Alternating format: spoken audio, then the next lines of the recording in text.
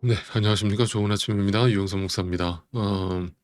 우리가 어제는 이제 사사기가 담고 있는 그 주제를 개론적으로 좀 살펴봤다면, 그 사사 시대를 제가 뭐라고 표현을 했냐면, 영적 암흑 시대라고 표현을 했습니다.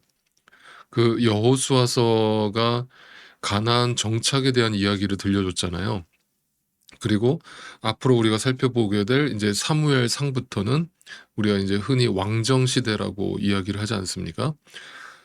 그러니까 이제 사사기와 룻기는 그 여호수아서와 가나안 정착 그 이야기와 왕정 이야기 사이에 들어가 있는 이야기로서 일종의 그 가나안 정착 시대와 왕정 시대의 과도기라고 볼 수 있는 거죠. 이것을 이제 한 사람의 일생으로 놓고 생각을 해 본다면 청년기라고 볼 수 있습니다. 여러분, 청년하면 무슨 단어가 떠오르십니까? 네, 질풍노도. 네. 좀 과격하고 다듬어지지 않은 그 열정이 때로는 멋있고 또 긍정적인 에너지로 나오기도 하지만 대부분은 실패와 어떤 실수와 어떤 방황의 연속이라고 할 수 있는 질풍노도의 시기가 바로 청년 시기라고 할 수 있겠죠. 바로 그것이 지금 이 사사 시대를 정확하게 표현하는 단어가 될 것입니다. 한마디로 영적 방황기라고 보여줍니다. 그러니까 이 말을 좀 더 부연 설명을 하자면 모든 인간이 청년의 그 사춘기를 반드시 겪어야 어른으로 성장하듯이 우리 모든 인간에게도 이 사사기가 반드시 필요하다는 뜻이 되는 것이고, 여러분이 신앙생활에 성장을 가져오려면 이 영적 암흑기를 지나와야 한다라는 사실을 말씀드립니다. 그것이 외부에서 나에게 오는 어떤 고난으로 인한 암흑기일 수도 있고, 내 안에서 하루에도 수없이 벌어지는 어떤 내적인 영적 전쟁으로 인한 영적 암흑기일 수도 있고, 중요한 것은 하나님이 없는 것 같은 그 상태가 오랫동안 지속되는 거죠. 네, 그것을 영적 암흑기라고 하는 겁니다. 그러니까 하나님이 안 계신 것 같으니까 내 마음은 어떻겠어요? 그냥 막막한 거죠. 그러니까 신앙생활이라는 것도 그냥 형식에 그쳐버릴 수밖에 없고, 내 믿음은 계속 제자리 걸음을 하는 수준에 머물러 있게 되는 것이고, 예배를 드려도 전혀 감동이 되지 않고 은혜가 되지 않고 그냥 시간을 낭비하는 거와 같은 느낌을 받는, 네, 그 상태가 바로 영적 암흑기인데, 그 과정을 반드시 거쳐와야 된다는 거예요.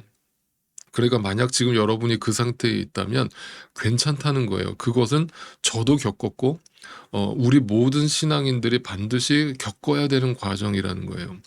그런 의미에서 중요한 것은 이 사사기를 묵상할 때 내가 여기서 어떻게 돌파할 수 있는가에 초점을 두기보다는 어 과연 나는 누구인가에 더 깊이 질문을 던지면서 나 자신을 철저하게 해부해 보실 수 있기를 바라요. 여러분, 지금은 이 말이 추상적으로 들리실 수 있고 무슨 말인지 모르실 수 있지만 반드시 지금 제가 했던 말씀을 기억하시고 사사기를 읽어보면 언젠가 여러분 삶 속에 그 하나님이 더 선명하게 보이게 되는 그날이 올 거라고 저는 확신합니다. 자, 이런 의미에서 자, 우리가 사사기 오늘 1장의 내용을 이제부터 주의 깊게 한번 묵상을 해 보도록 하겠습니다.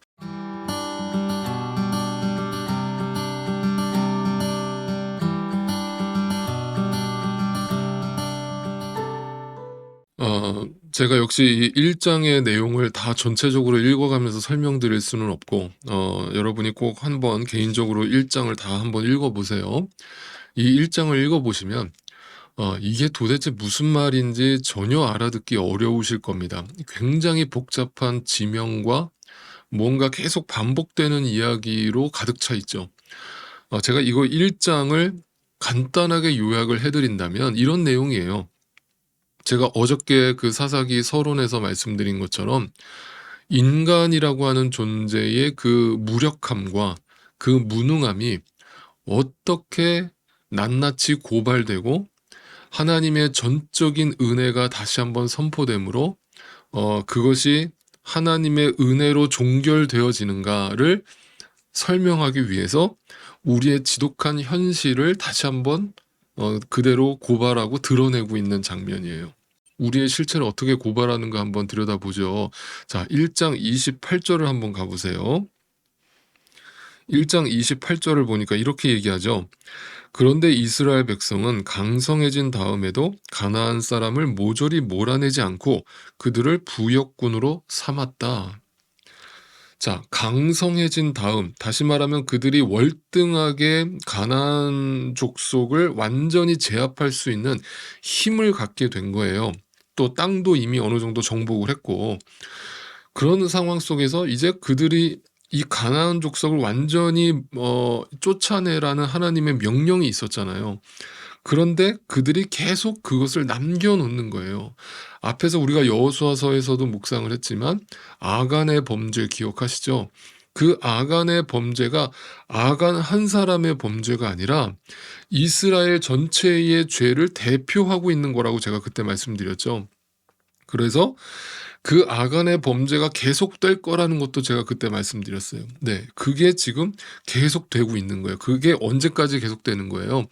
지금도 우리에게도 계속되고 있는 거예요. 인간은 계속해서 뭔가 내 안에 하나님이라는 존재보다는 내 욕심과 내 욕망으로 만들어낸 그 어떤 탐심을 계속 남겨놓는 거예요.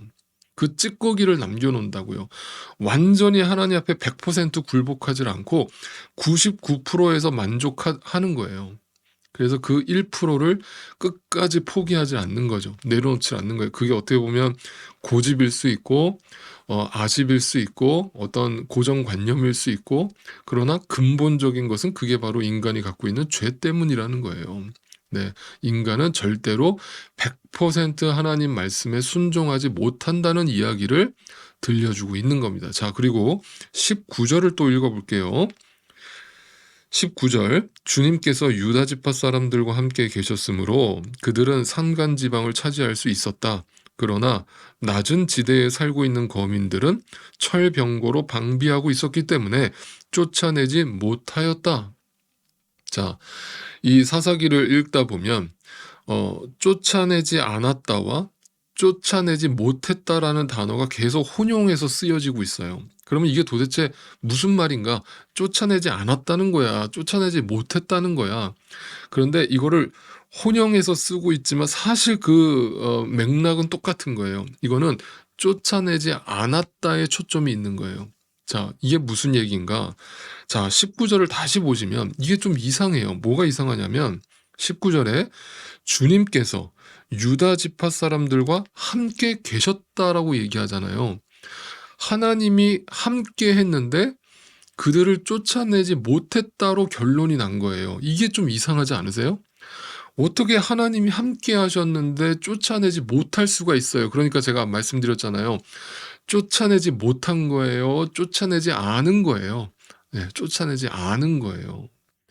그러니까 이거는 왜 도대체 쫓아내지 않았느냐라고 또 따져 물었을 때 자세히 살펴보니까 그 이유가 뭐라는 거예요? 다시 19절 보세요.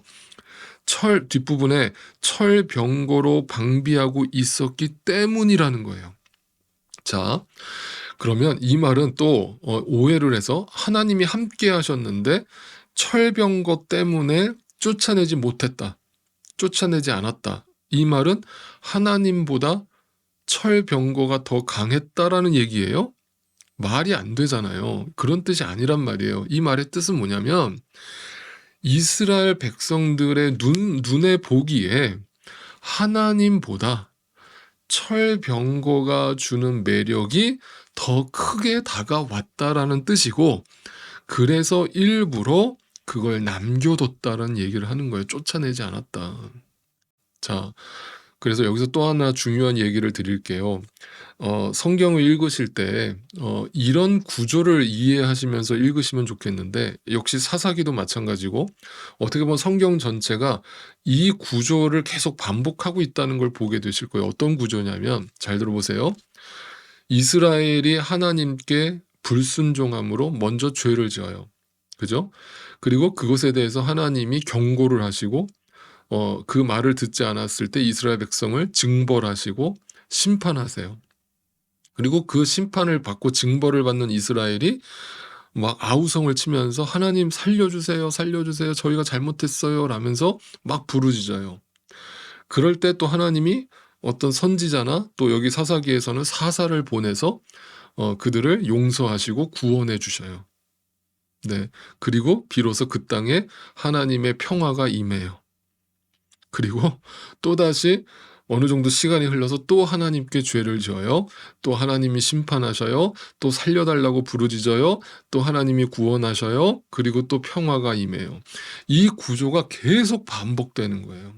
이걸 뭐라고 하냐면 영적인 악순환이라고 하는 거예요.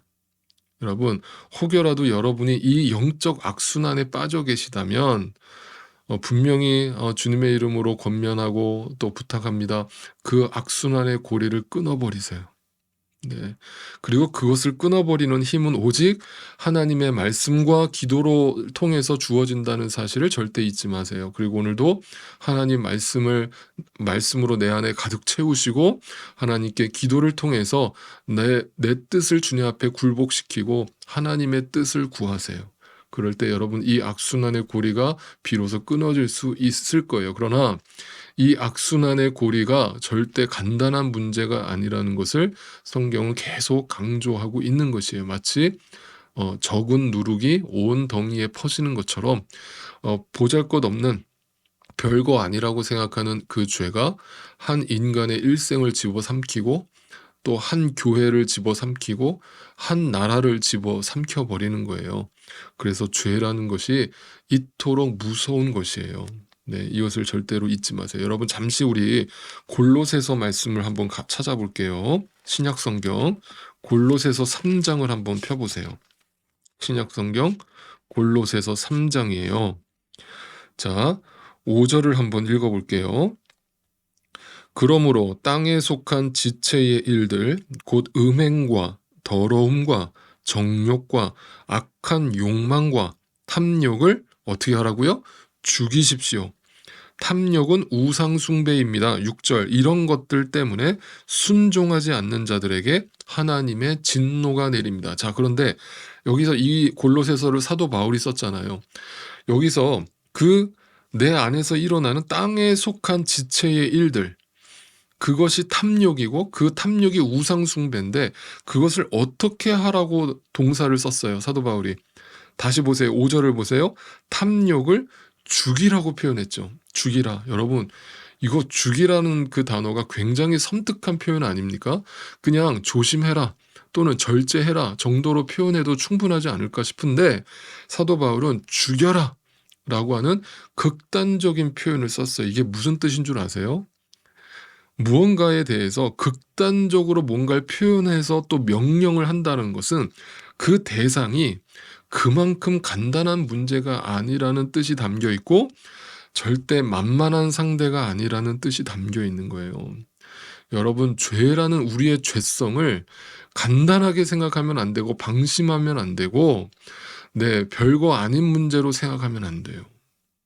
죄의 그 죄성은 무서운 거예요. 그러니까 죽여라라고 극단적인 표현을 써야만 우리가 이것에 대한 경각심을 가지고 그 죄를 바라볼 수 있게 된다는 거예요. 우리는 오늘도 잠시만 방심하면 그 죄성이 내 안에서 새어나오고 결국 내 머리를 지배하고 결국 내 몸을 지배함으로 그 탐심이 우상숭배가 뭐예요?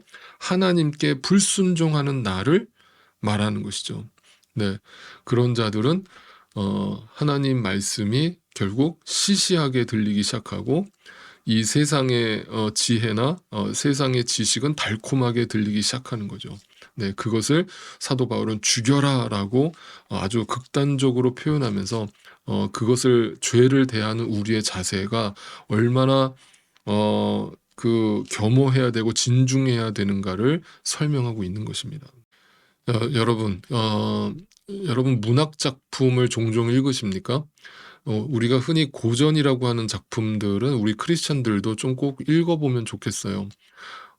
본래 이 문학이라고 하는 장르의 목적은요, 그 어떤 인간의 참혹하고 냉혹한 현실을 때로는 이상적인 또는 어떤 추상적인 표현들을 동원해서 그것을 미화시키는 데 목적이 있어요.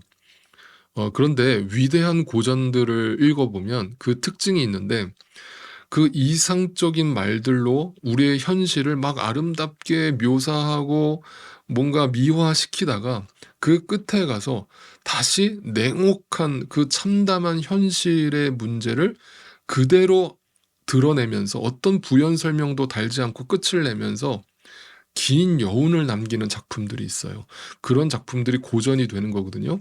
그 대표적인 작품 중에 하나가 아마 여러분도 다 읽어보셨을 만한 작품인데, 해밍웨이의 노인과 바다라고 하는 작품이 있죠.